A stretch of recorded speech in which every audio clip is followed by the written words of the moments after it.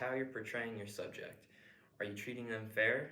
And you want to avoid sharing personal information, and you want to make sure you're getting personal releases. If you do all this, then you will be golden and you won't have to worry about any of your work being lost. You want to make sure you're hitting that fine balance of composing your photograph, but still allowing it to have some breathing room and allow it to still feel natural. Every story has a foreground, midground, and background, and what you show tells a lot about your story. Consider trying different angles.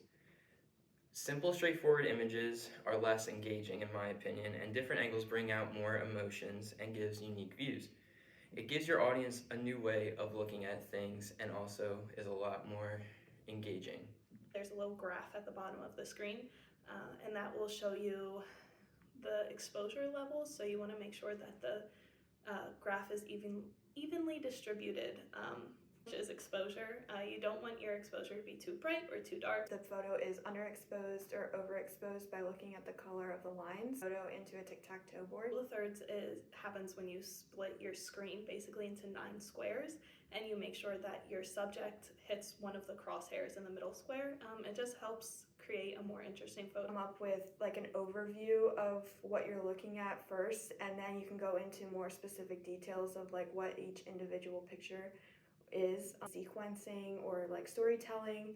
And by choosing the images, you're able to tell a story more clearly, but it is important to make sure that you pick only the images that is reflecting the story that you're trying to get across. Little details can help trigger your senses and emotions. It really helps with audience engagement, which should be one of your #1 priorities, and overall will help them feel a lot more connected to your work.